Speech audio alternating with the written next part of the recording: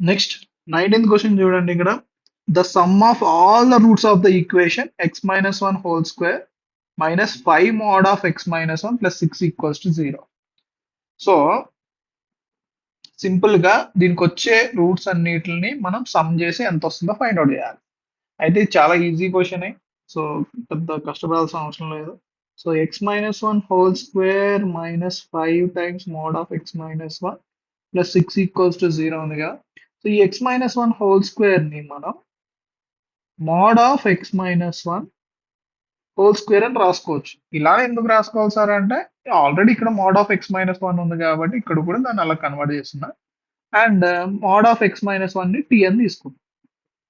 Okay, so అప్పుడు ఏమవుతుంది, t square minus 5t plus 6 equals to 0. దీన్ని ఫ్యాక్టరైజ్ చేస్తే t minus 3 t minus 2 equals to 0 వస్తుంది.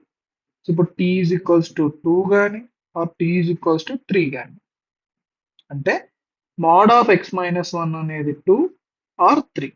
So x minus one equals to plus or minus 2 or x minus one equals to plus or minus 3.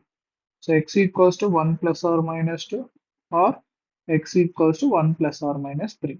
So మనకు వచ్చే some of the roots ఏమవుతుంది, ఇక్కడ 1 plus 2 ఒక route, 1 minus 2 ఒక route, కానీ 2 ఎలానో cancel అయిపోతుంది. రెండు యాడ్ చేస్తే 2 వస్తుంది, మళ్ళీ ఇక్కడ యాడ్ చేస్తే 2 వస్తుంది. So total sum is 4.